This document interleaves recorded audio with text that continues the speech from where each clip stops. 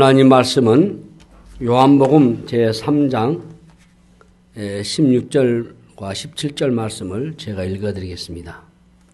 하나님이 세상을 이처럼 사랑하사 독생자를 주셨으니 이는 그를 믿는 자마다 멸망하지 않고 영생을 얻게 하려 하심이라. 하나님이 그 아들을 세상에 보내신 것은 세상을 심판하려 하심이 아니요 그로 말미암아 세상이 구원을 받게 하려 하심이라. 아멘. 기도하겠습니다. 하나님 아버지, 은혜를 감사합니다.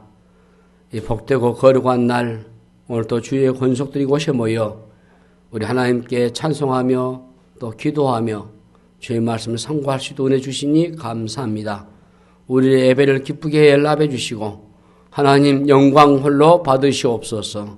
특별히 우리 믿음의 권속들, 우리 세배성 공동체를 기억하셔서 저도 이곳에서 하나님을 잘 섬기며 믿음으로 또 하나 되며 믿음으로 주의 뜻을 따르며 믿음으로 저들의 삶이 하나님 앞에 영광이 되고 복된 삶이 되도록 역사하여 주옵소서.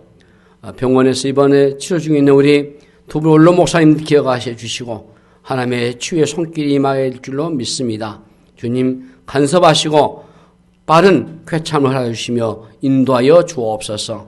출타하는 성도들 또 아버지 앞에 객기는 자녀들 어디든지 하나님이 살피시고 저들의 삶 속에 생활 속에 하나님의 은혜가 하나님의 영광이 하나님의 풍성한 복이 임하게 하여 주옵소서. 치유함과 또 새로운 새 능력을 더해 주시며 저들의 간절한 기도하는 것을 다 주 앞에서 이루어지게 하시고 응답이 되게 하여 주시옵소서. 오늘도 주의 말씀으로 셈 얻게 하시고 우리 하나님의 큰 사랑에 감화되는 저들 되게 하여 주시옵소서. 감사하며 우리 구주 예수 그리스도의 이름으로 간절히 기도하옵나이다. 아멘. 종교 개혁을 우리가 기념하는 금년은 505주년 우리 장로님이 기도하실 때 잘 하셨습니다.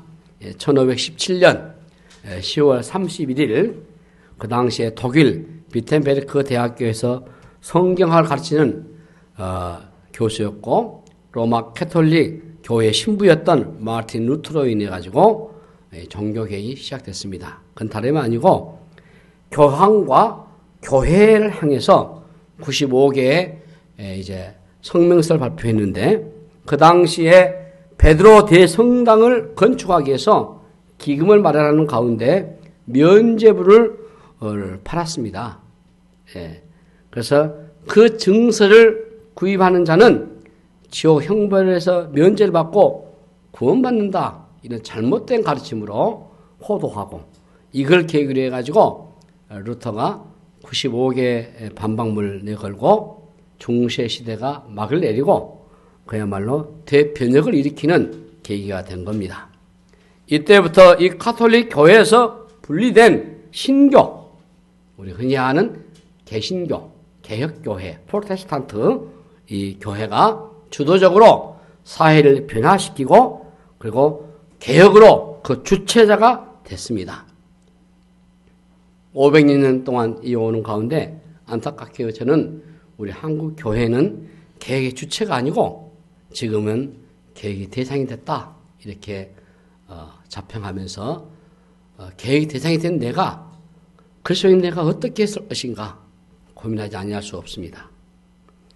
종교개혁은 순전한 하나님의 말씀으로 선포로서 이루어진다고 봅니다.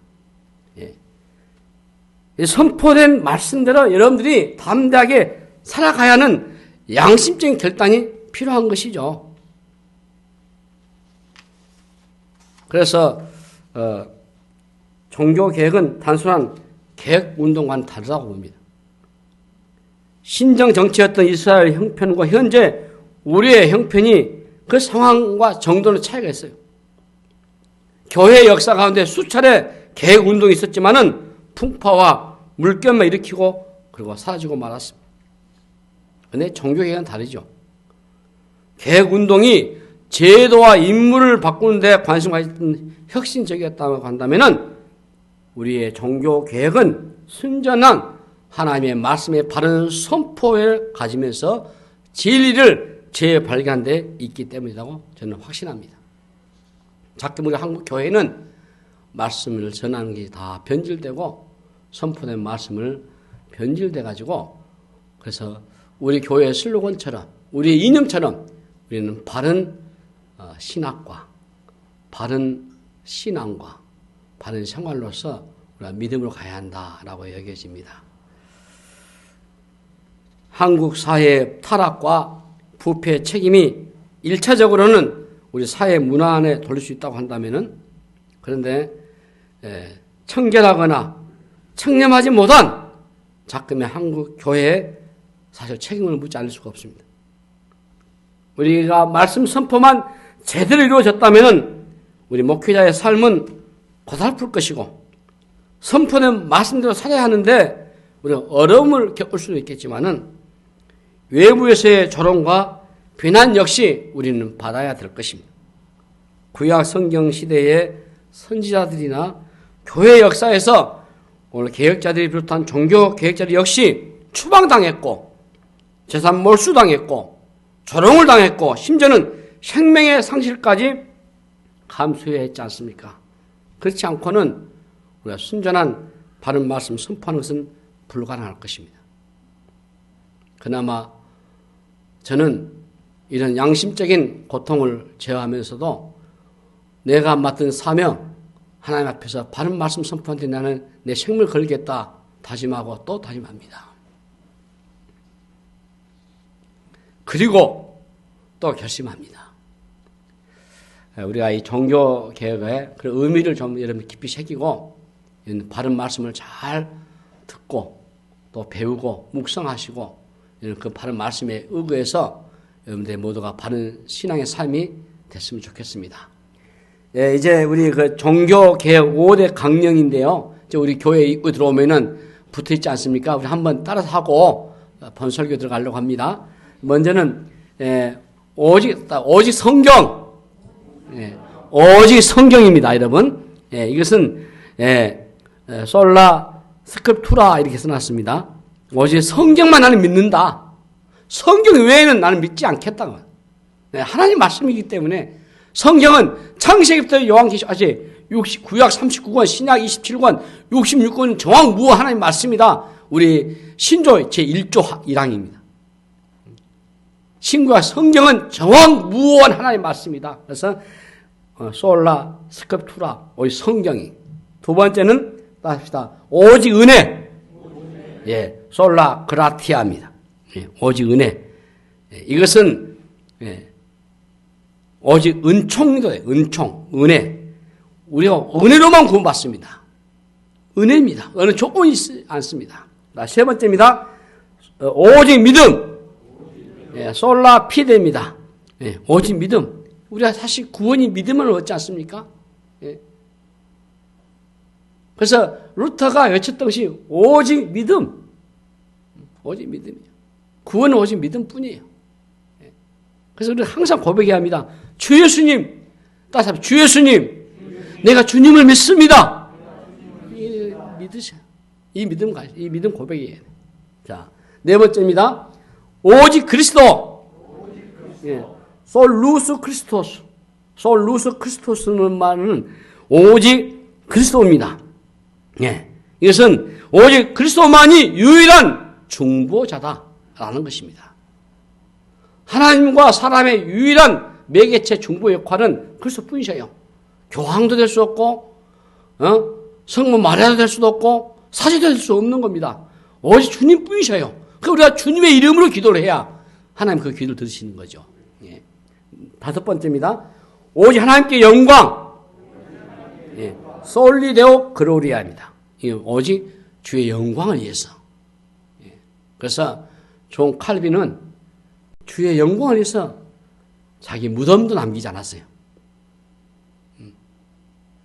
지금도 그 제자들이 찾다 못 찾아가지고 무엇인지 모르는 저는 가보지 않았지만 듣는 말에 하면은 조그만 무덤에다가 솔리데오 그로리아 우리 하나님 영광에 살다 갔다.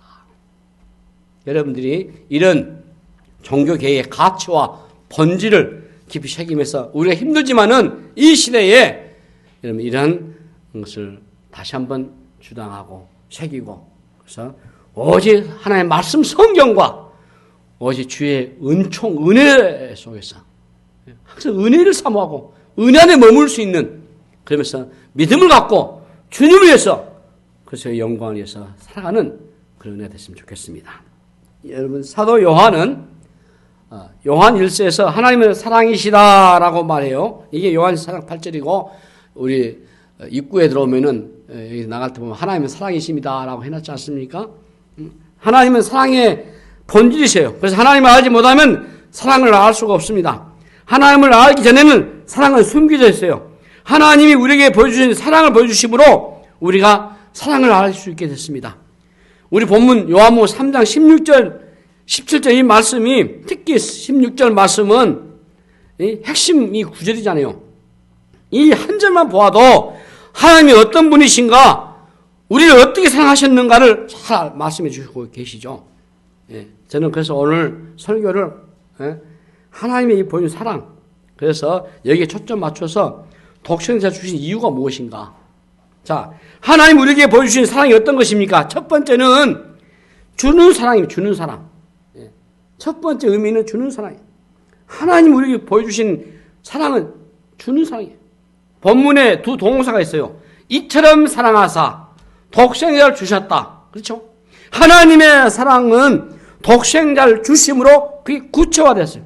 사랑은 여러분 추상적이지 않습니다. 사랑에 관한 책을 100권, 1000권 읽는 것과 사랑을 직접 경험하는 것은 완전히 다른 겁니다. 하나님의 사랑의 속성은 주는 것으로 드러났어요. 이것이 세상 사람들과의 차이예요. 세상도 사랑하죠. 그런데 그 특징이 뭡니까? 일반적으로 세상의 사랑의 특징은 주고받는 사랑이죠. 솔직하게 얘기하면은 받기 위해서 주는 거 아니에요? 처음에 순수하게 출발합니다. 근데 시간이 흐르면 이게 변해요. 계속 주는 사랑만 할 수 있는 사랑은 없어요. 이기적인 사랑은 죄성의 특징이에요. 봉사하면서도 끊임없이 이기심이 끼어들게 돼 있어요. 결국 나도 좋고 너도 좋은 것을 구하는 겁니다. 무엇인가를 기대하게 되는 거죠. 그런데 하나님이 우리에게 보여주신 사랑은 전혀 다른 겁니다. 완전히 온전하게 주는 거예요. 요한복음 3장 16절의 핵심 동사가 주다예요. 주다. 이 단어의 원어적인 의미를 보시면은 하나님의 의지가 얼마나 담겨 있는가, 이 자발적인 사랑의 행위를 말씀한 겁니다. 상대의 반응에 따라서 내가 줄 것인가 말 것인가 결정된 게 아니단 말이에요. 하나님의 사랑은 주고 또 주는 겁니다. 진짜 사랑은 그런 것이에요. 여러분은 세상에서 이런 사랑을 만나본 게 있습니까? 단언코 하면 없을 겁니다. 성경에서 만난 하나님은 끊임없이 주시는 분이셔요. 우리는 그런 사랑을 받았습니다. 지금도 하나님 우리에게 그 사랑을 베풀고 또 베풀어 주셔요. 하나님의 사랑은 그래서 계산이 없는 겁니다. 보상도 기대하지 않습니다.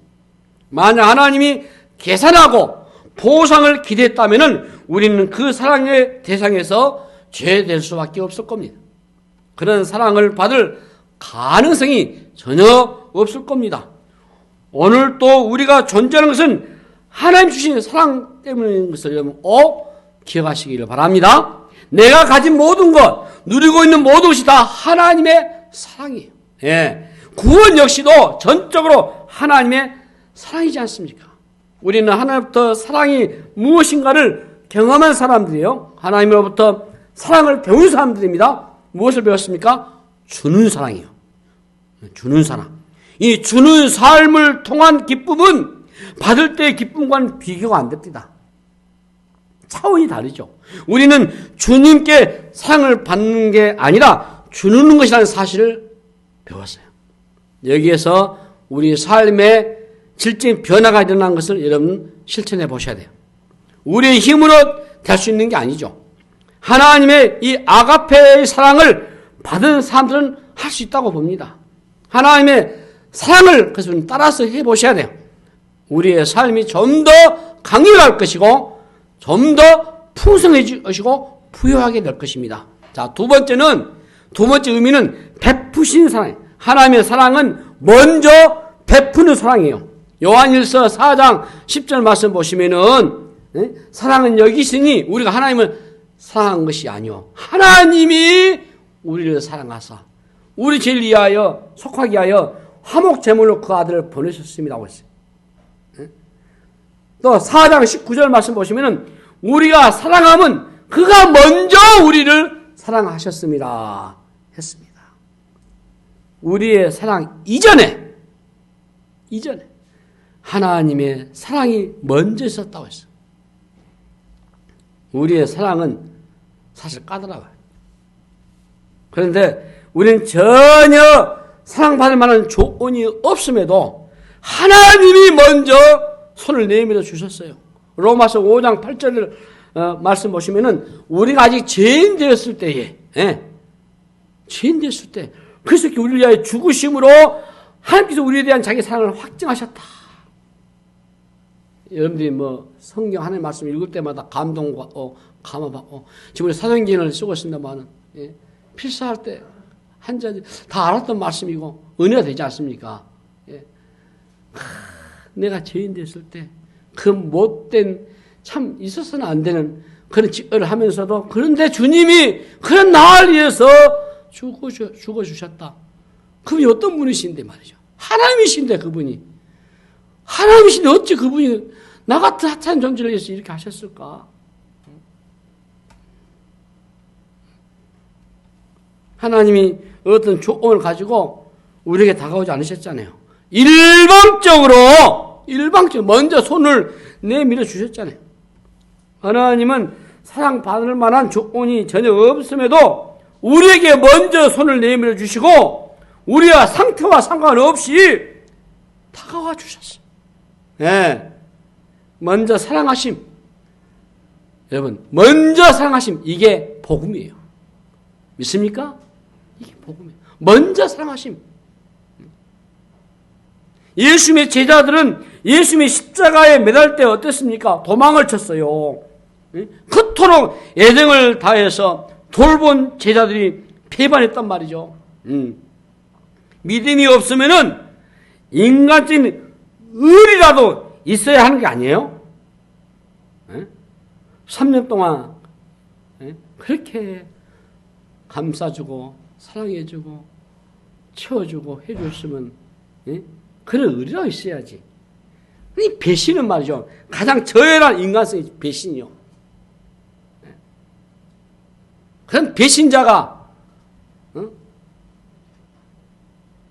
또 배신하게 돼 있어요. 스승이 가장 힘들고 외로운 순간에 배신했잖아요. 제가 그 이야기를 한 것 같습니다만 성기 순례시 디베다 바닷가에서 이제 다 우리 목사님들, 사모님들 같이 다 순교하는데 저는 왠지 네가 배신자 같이 배반자 같아. 그런데 그분이 오셨다면 이 정도 이미 인간관계 끝난 거 아닙니까? 제일 나쁜 게 배신자 아니요? 그런데 부하신 우리 예수님은 이 디베라 바닷가로 오셨어요. 친히 제자를 찾아가셨어요. 그래도 그냥 갔습니까? 먹을 거 가지고 그걸 초대했잖아요. 생선을 구워서 초반이나 먹어라. 그러면 베드로에게 네가 나 사랑하느냐?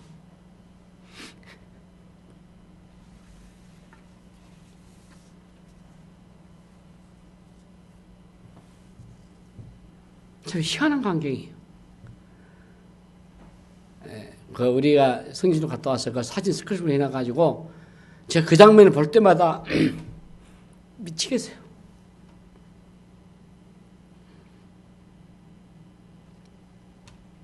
나 같은 배신자를 찾아오셔가지고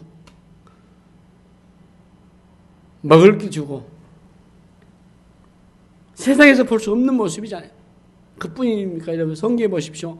탕자의 비유를 아시잖아요. 누가 뭐 10원 탕자의 비유. 아버지는 이미 아들을 용서했어요. 먼저 주시는 사랑입니다. 이미 용서했어요. 용서하게 기다리고 계신 거 아니야, 아버지가? 탕자가 회개하고 용서를 빌기도 전에 아버지가 기다리고 계신 거 아니에요? 하나님이 먼저 주시는 사랑이 그렇다. 이 어떤 종교와도 근본 차이점이 있는 겁니다. 일반적으로 모든 종교는 무엇인가를 갖추어가지고 신에게로 도달하려고 해요. 예. 그래서 인간의 노력이 강조되고 선행이 강조되는 겁니다. 인간의 편에서 자격을 갖추고 하나님께로 나아가는 노력은 무모하는 거예요. 아무 노력에도 여러분 우리에게 선한 것이 없어요. 예. 사랑받을 만한 자기 갖춘 것이 하나도 없단 말이죠. 먼저 하나님이 사랑하셨고 먼저 그분이 다가오신 거예요. 독생자를 세상에 보내셨고 구원의 길을 열어주셨어요. 이게 여러분 바로 복음 중에 복음인 줄로 믿습니다. 그래서 요한복음 3장 16절이 성경에서의 꽃이요. 핵심이다. 주님은 제자들이 잘못했으니까 용서를 빌러 올 때까지 기다릴 분은 아니시오. 먼저 다가가시는 분이시죠. 여러분 세상이 얼마나 살벌합니까? 그런데 하나님은 전혀 다르잖아요. 먼저 마치 빚진 자처럼 우리에게 구애하시잖아요. 사랑을 받을 만한 조건을 전혀 가지고 있지 않음에도 불구하고 사랑을 베푸신 하나님이세요. 그게 성경 아가서를 읽어보시면요. 가장 사실적으로 저는 하나님의 사랑을 잘 표현했다고 생각합니다. 술람비 여인은 솔로몬의 사랑을 받을 만한 그 어떤 조건을 전혀 갖추지 않는 그야말로 비천한 여인입니다. 밭에서 일하는 여종이라 얼굴이 새까맣게 탄 볼품이 없는 그런 사람이에요. 그럼에도 불구하고 솔로몬은 술람비 여인에게 열정적으로 다가가요. 참 이해하기 어려운 사랑이라고 봅니다. 저는 한말 와서 아가서는 신비롭다. 세 번째, 우리가 생각할 것은 하나님 우리에게 독생자를 주셨다는 것. 이게. 자, 독생자는 하나밖에 없는 아들이라는 의미예요. 뭐 어떤 주석에는 독통한 아들, 그것도 맞아요. 우리 예수님이 독통한 방법을 출생했잖아요. 독통한 아들, 하나밖에 없는 아들. 우리는 사랑을 할 때 어느 수준을 정해놓고 합니다. 세상에서 만난 가장 큰 사랑은 부모 사랑이죠. 그런데 부모의 사랑에도 한계가 있어요. 한계가 있다. 자녀가 여러 있는 어르신에게 어느 자녀가 제일 좋습니까? 라고 물어보면요. 용돈을 많이 주고 잘 대해주는 자녀가 좋다. 이렇게 말해요. 진짜 사랑은 하나님의 사랑이에요. 그 사랑은 모든 것을 내어주셨어요. 아들을 내어주신 사랑이 압도적이잖아요. 비교 불가합니다. 우리 삶에 가장 중요한 것이 무엇입니까? 귀한 것들이 많아요. 가장 소중하고 귀중한 것은 저는 자녀라고 봅니다. 이 세상에서 사람으로서는 너무나 가슴 아픈 일이잖아요. 또 이래야 됩니다, 여러분. 저는 세월호 때 미쳐버릴 것 같았어요. 이분도 기가 막혀요. 말이 안 됩니다, 이게. 이래야 되겠지. 이게 나랍니까? 모르겠어요. 저는 기도하면서 생각해, 하나님 또 어떤 징벌 내리실랍니까? 또 어떤 경고를 또 하시겠습니까?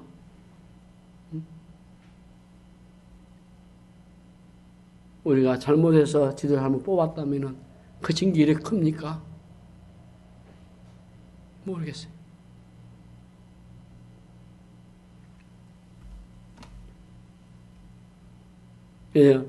자녀가 많다 해서 바꿀 수 있습니까? 내줄 수 있습니까? 그럴 수 없는 거예요.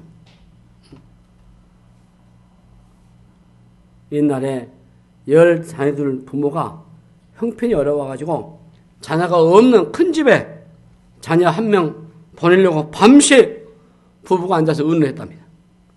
아침 돼가지고 어떻게 했어요? 없던 일을 하려고 했어요.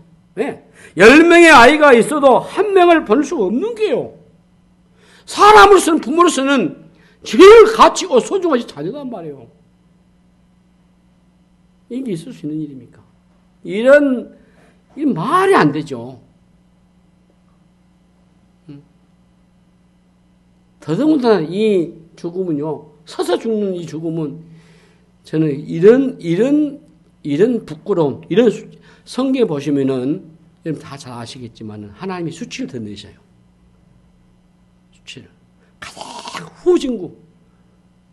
세계 유엔의 200여 나라 중에서 가장 후진국. 가장 수치 드러나는 이번 사건을 봐요.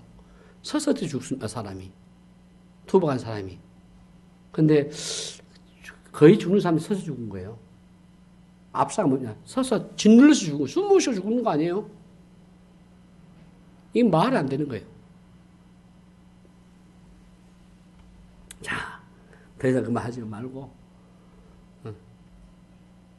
제가 원래는 지난주에 종교개혁주의를 예배를 이렇게 크게 하려고 했는데, 아직 여러분 지금 할로윈에 밝히면 더 시끄러지고, 고통스럽고, 예, 접어두고, 그러나 여기서 이미 목회 일정에 세워졌고, 우리 교회가 여기서 해야 될 일이기 때문에 성실합니다만은, 이것은 아니죠. 하나님이 그래도 우리를 불쌍히 여기시고 사랑하기 때문에 저는 기도할 때마다 하나님 이 땅의 교회를 위해서 이 사회에서 나오는 한 굴뚝이 한 뿌리를 위해서 다 밑둥을 다 쳐버려도 굴뚝이 살아있으니까 거기에 또 새순이 나오니까 그 순을 위해서 하나님 우리를 살려주십시오. 무섭고 두렵고 막막하지만 뭘로 위로하고 뭘로 저들을 하겠습니까? 이 로마서 8장 32절 말씀 보십시다. 자기 아들을 아끼지 아니하시고 우리 모든 사람 위하여 내어주시니가 어찌 가족과 함께 무엇을 우리에게 주시지 아니하겠느냐 했습니다. 독생자라는 것은 하나님 편에서 최고의 것이죠. 자기 아들을 아끼지 아니하시고 이 말씀은 우리 이해를 넘어선 사랑이에요. 아니 벙벙해지는 막막한 대목이다 봐요. 왜 하나님은 이렇게 아지하셨을까요? 왜 나를 위해서 당신의 아들까지 아끼지 아니하셨을까요? 이해가 됩니까? 저는 이해가 안 돼요. 너무 큰 사랑을 받았기 때문에 하나님은 최고 우리에게 주신 겁니다. 아니 모두 다 주셨습니다. 우리가 다른 것을 의심해도 하나님의 사랑을 의심해서는 안 돼요, 여러분. 나빠요, 여러분. 못 써요. 무지함의 수준을 넘어선 악한이다 봐요. 우리의 구원이 어디에 있는가? 반드시 여러분 확인해 보십시오. 쉽게 실패할 수 없는 이유는 하나님의 거대한 사랑으로부터 우리가 출발한 것이기 때문에 그렇습니다. 아들을 마저 아끼지 아니하시는 그 사랑을 경험하고 나면은 모든 게 변하게 됐습니다. 이제 나라는 존재의 가치는 상상할 수 없습니다. 이보다 더 큰 사랑은 없습니다. 우리가 다 깨닫는 것은 불가능해요.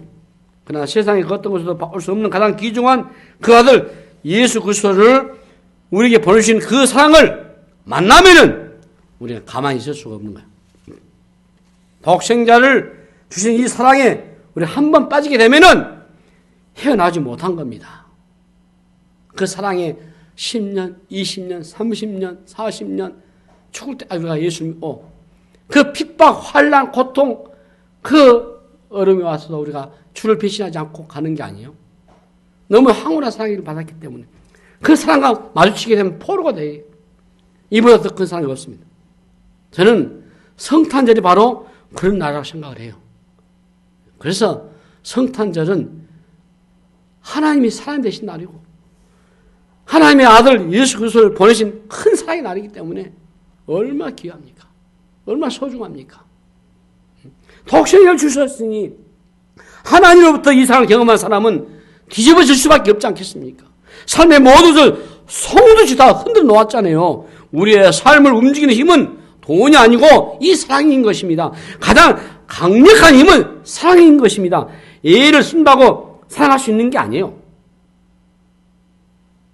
진짜 사랑을 경험하고 나면은 저절로 사랑이 나옵니다. 한 번쯤 그리스도를 위해서 내 삶을 송두째 드리고 싶은 마음이 여러분 든 적이 있습니까? 그냥 자연스럽게 결단이 되는 거죠. 우리의 의지로 되는 일이 아니에요. 하나님의 사랑을 경험할 때 저절로 나오는 반응이 그래요. 그래서 헌신한 거예요. 그래서 내 생명까지 바치는 거예요.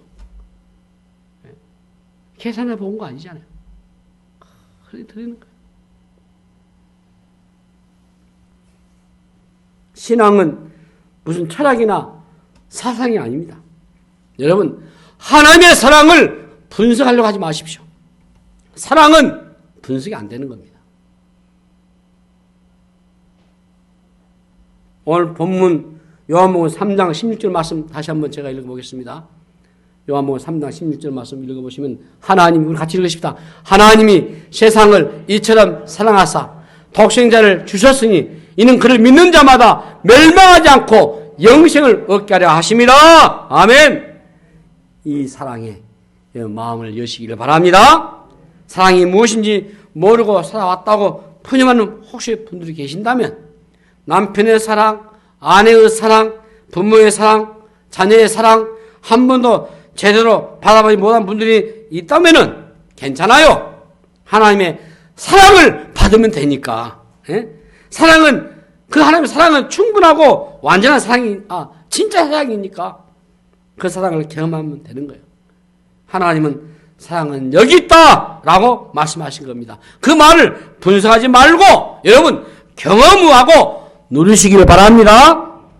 나는 말로 이론으로 너희를 부르지 않았다. 나는 온 몸으로 너를 사랑했다라고 말씀하신 겁니다. 로마서 5장 5절 말씀에 소망이 우리를 부럽게 하지 아니하면 우리에게 주신 성령으로 말미암아 하나님의 사랑이 우리 마음에 부음바 됨이라고 했습니다. 성령님이 이 사실을 깨닫게 해주신다고 말씀하시잖아요. 성령이 우리 마음에 하나님의 사랑을 부어주셨습니다.